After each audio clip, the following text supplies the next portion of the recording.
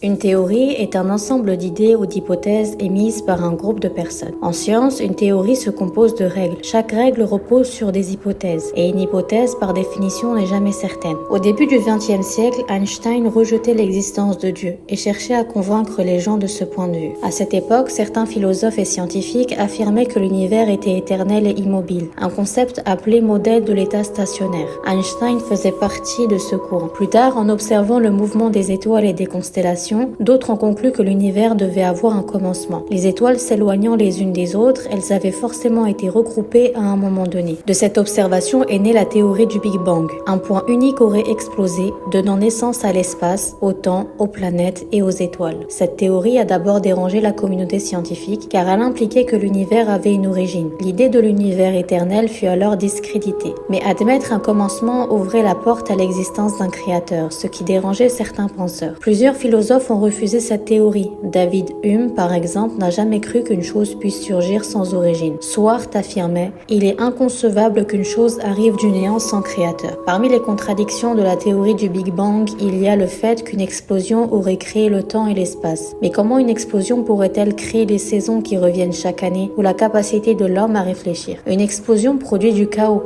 pas de l'ordre. Exemple, si un bâtiment explose, cela ne crée pas un nouvel immeuble, avec des animaux ou des humains sortant indemnes des débris. Il ne reste que destruction et désordre. Si un simple bâtiment se détruit ainsi, comment imaginer que l'univers, infiniment plus vaste et complexe, aurait pu naître d'une explosion? Ils prétendent qu'avant le Big Bang, il y avait de la poussière et des gaz. Mais si tout venait d'une explosion, d'où venaient ces étoiles et ce gaz? Et surtout, personne n'a été témoin de cette explosion. Les scientifiques eux-mêmes précisent que ce n'est qu'une théorie. Certains affirment que même si une explosion crée le chaos, elle pourrait produire de l'ordre. Mais réfléchissons, si quelqu'un mettait ton bureau en désordre en te disant ensuite « Dans ce désordre, il y a de l'ordre », l'accepterais-tu? Bien sûr que non. Alors pourquoi accepter cette idée pour l'univers infiniment plus vaste et complexe que ton bureau, alors qu'on ne l'accepterait même pas pour une simple pièce? Une explosion ne peut pas être à l'origine de ce monde. Plusieurs questions se posent donc. D'où viennent les étoiles? D'où vient la poussière? En physique, deux particules qui se repoussent ne peuvent pas se rapprocher suffisamment pour provoquer une explosion. Comment une explosion aurait-elle pu naître de cette répulsion? Si un ballon rempli de gaz explose, le gaz se disperse, il ne se rassemble pas pour former des structures ordonnées. D'un même nuage de poussière et de gaz, on obtient des éléments semblables. Or, la Terre, les étoiles et la vie sont très différents. Même le temps et la réflexion humaine ne peuvent apparaître ainsi. Toutes les autres théories comme celle de l'expansion de l'univers reposent sur le Big Bang. Cette théorie est fausse, donc celles qui en dépendent le sont également.